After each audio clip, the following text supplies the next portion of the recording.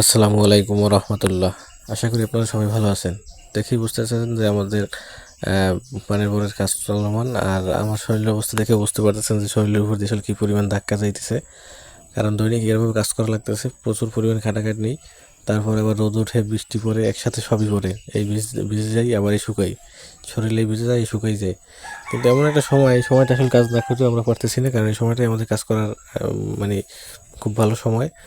যার কারণে আসলে এখন কাজ করা লাগতেছে। তো নিচের যে শলা যেগুলো বলি আমরা কাঠি, সেগুলো কোপা শেষ আমাদের। উপরে ছাউনির কাজও মোটামুটি শেষ। এখন উপরে নারিকেল পাতা দিয়ে ছাউনিটা হবে আমাদের। যেহেতু প্রথম অবস্থায়, যার কারণে আমি নেট বা অন্য কোনো কিছু ব্যবহার করবো না। আপনার নারিকেল পাতাটাই উপরে আমি ব্যবহার করবো আপাতত।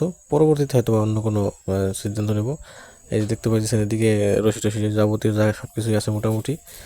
তা আলহামদুলিল্লাহ, আল্লাহর রহমতে কাজ এগিয়ে চলছে আমাদের। হয়তো আরও 2-1 দিন লাগবে বা 3 দিন লাগবে সর্বোচ্চ। এর ভিতরে আমাদের এই কাজ শেষ হবে বলে আমরা আশা করি, ইনশাআল্লাহ।